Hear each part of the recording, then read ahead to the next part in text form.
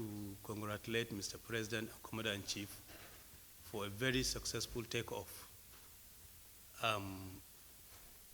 Having taken over the realm of affairs of our country, he came up with quick decisions, 3 quick decisions that I believe, as an economist, is going to help this country to come back to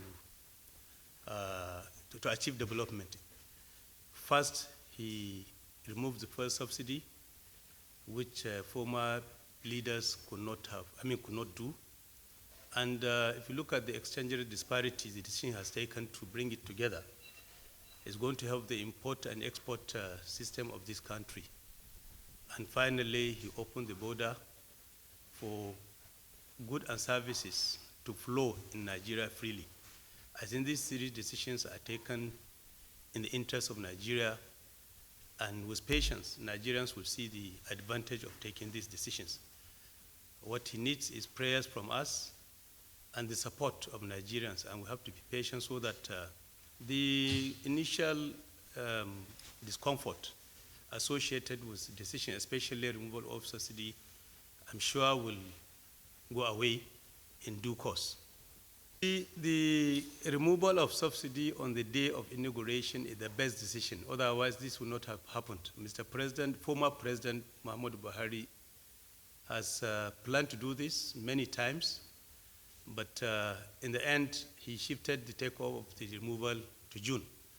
And Mr. President, as a rugged and very serious person who has ruled Lagos successfully for 8 years, in fact, continuously, he knew that this thing has to go, and he quickly removed it. And in economics, once the forces of demand and supply are in place, we will have equilibrium in the prices. The price of crude oil, petroleum, that went up, in some places, people were buying it at the same price. And I'm sure the palliatives the government is discussing with the Labour Congress and TUC. And in due course, I'm sure things will be put in place to reduce the hardship being experienced by Nigerians. You see, these people are Nigerians. And I believe that Nigerian government has the capacity, the military, the security, have the capacity to deal with them immediately if so directed. If they are given the resources they require, the support and political will. But the collateral damages that will be associated with the actions that will be taken is what I believe should be avoided. If you send an aircraft now to where you identify the bandits, it's not only the bandits that will be affected. And if you recall, President Umaru Musa Yar'Adua had similar interaction with the militants in Niger Delta, and it was successful. So I believe that as Nigerians, if they are called upon by government, the major causes of this problem is poverty and ignorance. You cannot find an educated human being, properly educated human being who has something to do, to take his arm, a gun, to go and kill an innocent soul, just in the name of looking for food. These people are having, very high level of poverty and ignorance. So if the government now comes up with a program of rehabilitation, just like they did in the issue of Boko Haram when the issue, was handled, I'm sure you will have a successful ending of this crisis. The economic policy that the government is planning, if you look at the documents of Renewed Hope, I'm sure by the time the implementation takes off properly, all these issues will be handled. Yeah, you see, the issue of Zamfara, like you rightly said, I'm now a father in Zamfara. And even Mr. President, in my interaction this morning, or this afternoon, has requested me to put my best to ensure that there is stability in the state. And that is what we are doing already. And by the grace of God, we will come together and you see that all the crises that are going on will be over. And I keep on saying that the best way to go about these bandits, handling the issue of bandits, should be introduction of dialogue first. But as I said, if that fails, then the government will go all out to eliminate them. Why I say we should start discussing with them is to avoid the collateral damages that may come up if intensive and extensive military operations are directed. But that should be the last option. You look at World War I and World War II. The wars were not ended in the battlefield. They were ended on the table. They had to negotiate. So negotiation is part of governance. Once you negotiate with your enemies, you will end up pleasing them. Some of them, like I said, the reason for doing it are two: ignorance and poverty. So what you need to do is to identify what you can do to salvage these people and make sure that they are reintegrated back into society. The state government has no capacity to do that. You see, you cannot compare state actions with the federal government action. The federal government has enough human and material resources to handle any crisis that may come up in the society. State governments have limited funds and resources.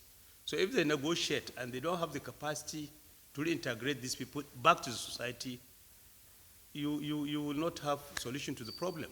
Like I said, Niger Delta, it was not Niger Delta states that negotiated with the militants. It was the federal government that came up with a robust program that attracted their attention. Like I said, this issue is just poverty and ignorance. Educate them, reintegrate them to the society, provide solution for their poverty issues. You see that all these problems will be over.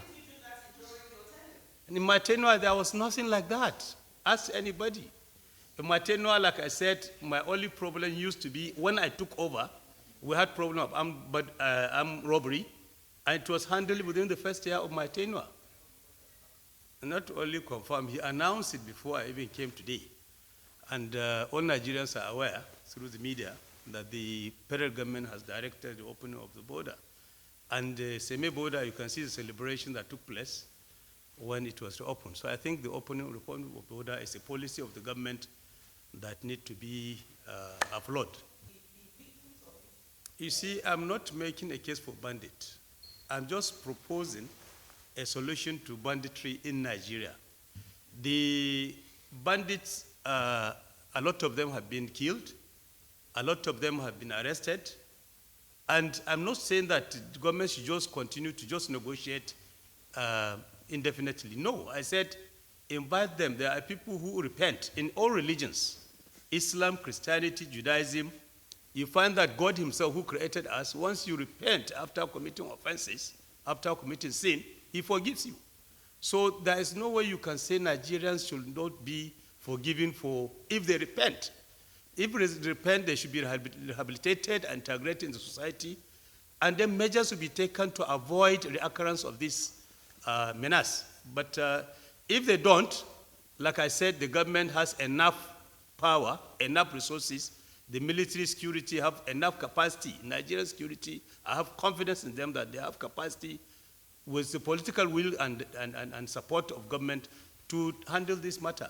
So dialogue is part of governance. Negotiations, like I said, First World War and Second World War were won through the negotiation, on the negotiation table. Look at Ukraine and Russia. How far have they gone? How many years so far? And there is no end in sight. If they continue to do military action, in the end there is not going to be Ukraine. But they have to come back to negotiation table because it's part of governance, policies and program. Yeah.